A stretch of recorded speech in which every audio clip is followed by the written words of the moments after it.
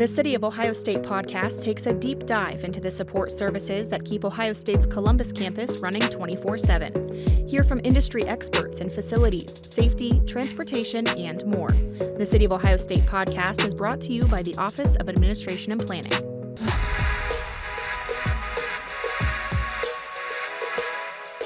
Hello and welcome to the City of Ohio State podcast. I'm your host, Brooke Bartholomew. Last month, we talked all things inpatient hospital. This month, we're joined by Tina Bogac, the Senior Director of Environmental Health and Safety, or EHS. EHS assists the university by providing and maintaining a safe and healthy work environment through recognizing and limiting potential hazards across campus. From monitoring the air quality at Ohio State football games to cleaning up hazardous waste spills in labs across campus and everything in between, the EHS team works diligently behind the scenes to keep Buckeyes safe. Tina, thanks for being with us. Absolutely. Thanks for the invite. So I just gave a brief explanation of what your team does, but I didn't even touch the surface. So can you give an overview of all the ways your team serves the Buckeye community? Absolutely. So EHS provides health, safety, and environmental compliance services to all OSU campuses, hospitals, ambulatory locations, and the 88 county extension offices.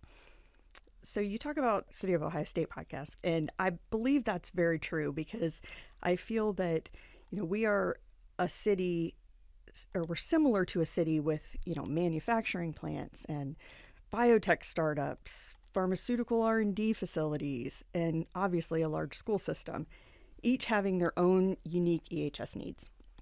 So we have five main program areas within EHS. The first is our research safety program, and we provide compliance oversight for research using biological, chemical, or radiological materials. We do hazard assessments and provide other operational support to laboratories. We have an occupational health and safety and industrial hygiene program who facilitates compliance with OSHA programs. Those are your general worker safety requirements. We do things like respirator fit testing and hearing conservation. And we also provide industrial hygiene services for things like indoor air quality testing and chemical monitoring. We have a radiation safety program, which is made up of a group of medical health physicists who support the clinicians at University Hospital and the James when they are providing radiation treatments to cancer patients. We also ensure campus operations comply with all applicable environmental regulations related to air, water, waste, and hazardous materials. And lastly, we have a team that's dedicated to the Wexner Medical Center, and they provide oversight for environmental care, life safety compliance, and emergency preparedness for all of the hospitals and ambulatory facilities. A major project that has everyone talking right now, you just kind of mentioned that a little bit, is the Wexner Medical Center Inpatient Hospital. This is the largest single facilities project in the university's history, and EHS is playing a really important role in getting the doors open. So could you talk a little bit about how your team has been involved in that? Sure. So we have had multiple groups, people from our team involved since the very beginning of the project. Early days of construction, we assisted the facilities design and construction team with regulatory permitting for new air emission sources and petroleum management registrations. And since then, our medical center safety and emergency preparedness team has pretty much lived the new tower. They have been involved very, very hands-on. So our life safety officers with that team have spent many, many hours with the state fire marshal and the project team, making sure that all of the life safety systems are tested and ready for move-in. They've also been participating in the recent dress rehearsals, and they're there to address any safety issues or concerns that arise prior to the first patient moving in. Really important stuff that a lot of people don't even think about, so we're thankful for your team being there. Thanks.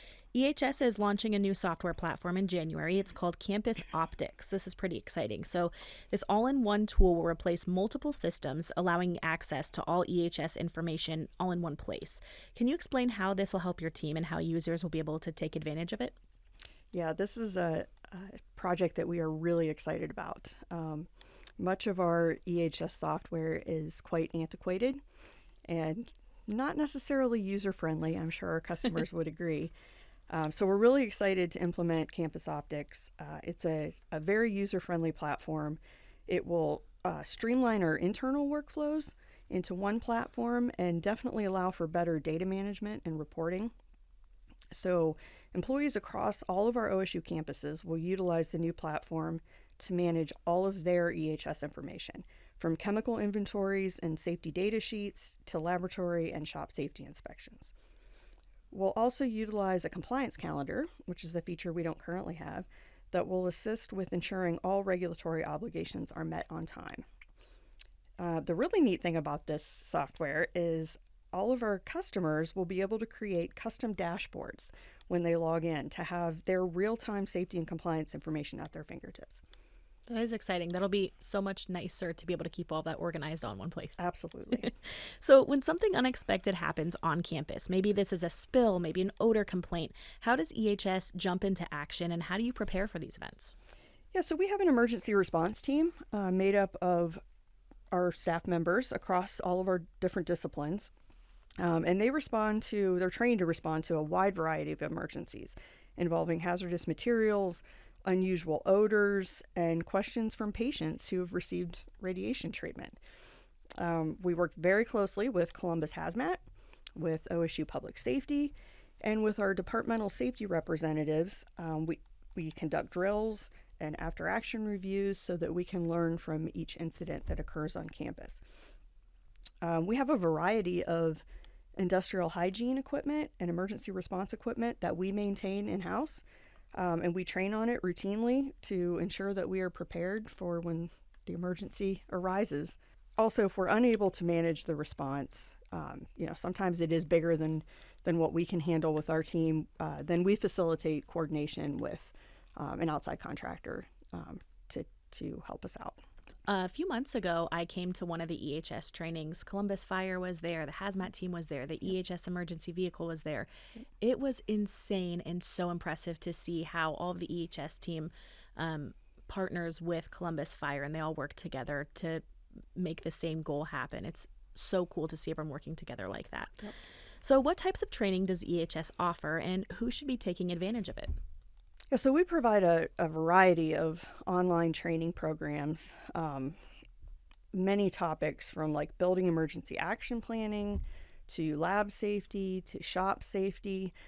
The training programs are all available through Buckeye Learn, and they're typically 20 to 30 minutes in length, so not too bad.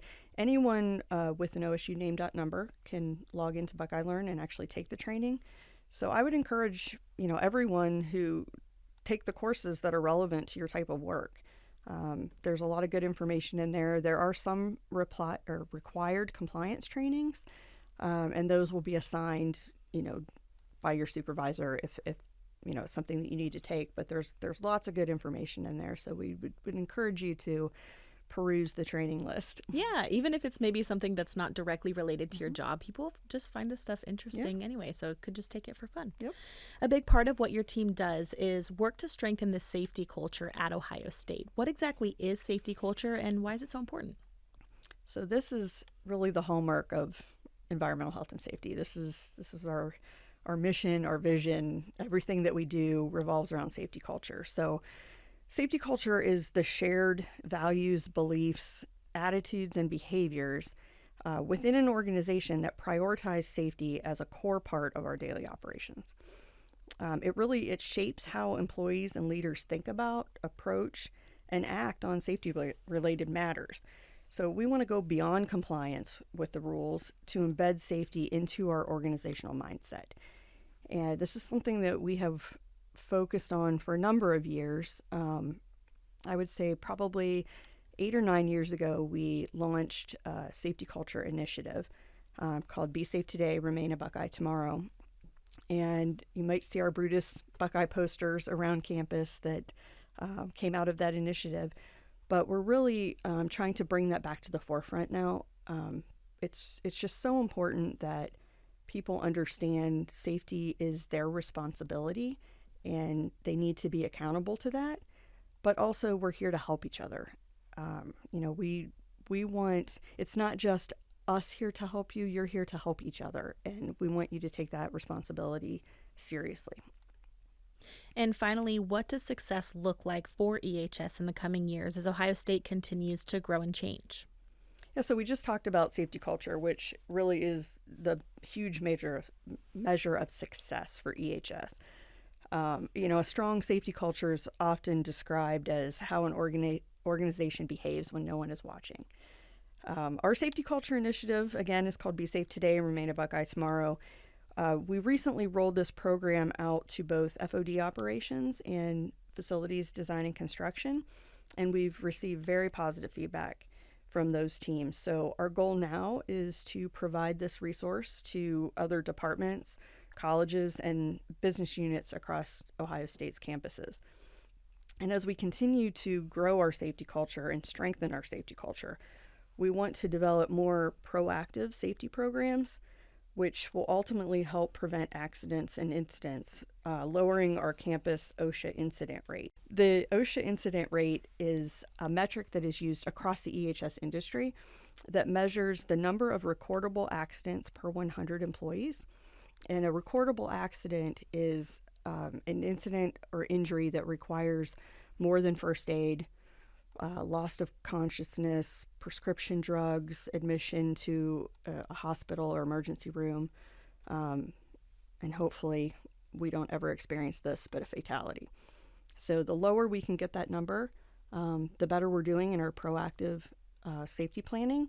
So that's kind of really what we focus on. So I think if we're successful, every Buckeye will take ownership of their safety and those around them.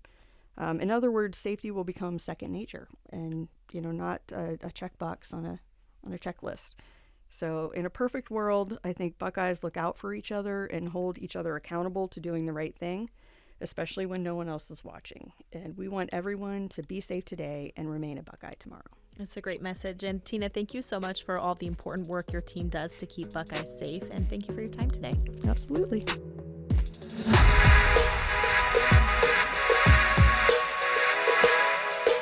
The City of Ohio State podcast is brought to you by the Office of Administration and Planning. Until next time, be kind and go Bucks.